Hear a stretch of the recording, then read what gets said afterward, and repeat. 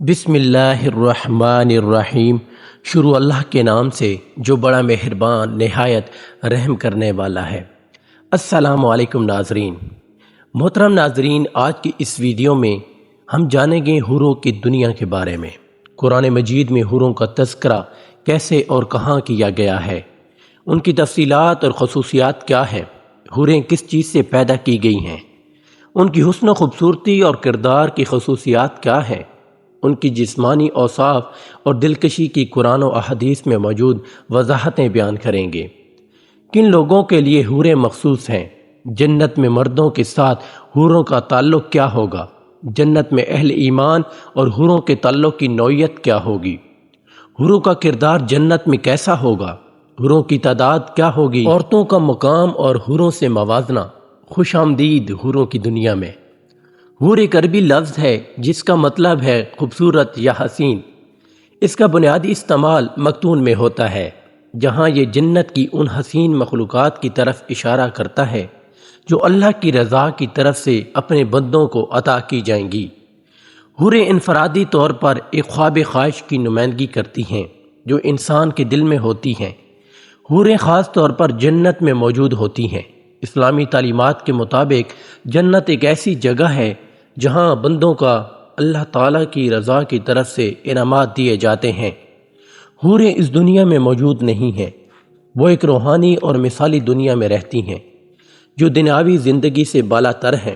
یہ دنیا انسان کے خیالات سے معورہ ہے جو بہت ہی خوبصورت ہے۔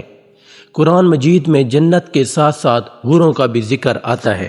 حوریں اہل ایمان والوں کے لیے خوبصورت ترین مخلوق ہیں جنہیں اہل ایمان والوں کے لیے مخصوص کیا گیا ہے۔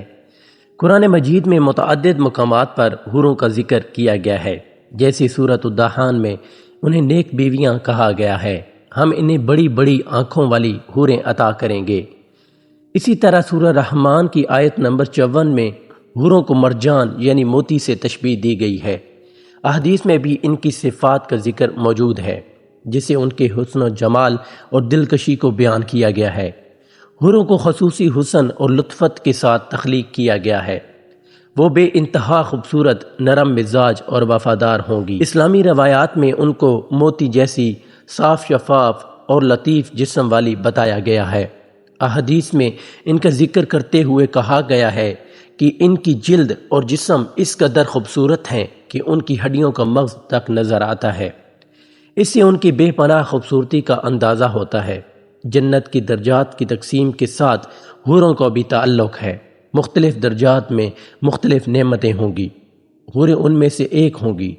جنت میں اعلیٰ درجے پر فائز مردوں کو اعلیٰ اور تعداد میں زیادہ حوریں عطا کی جائیں گی، جبکہ نچلے درجے کے اعمال والوں کے لیے کم ہو سکتی ہیں۔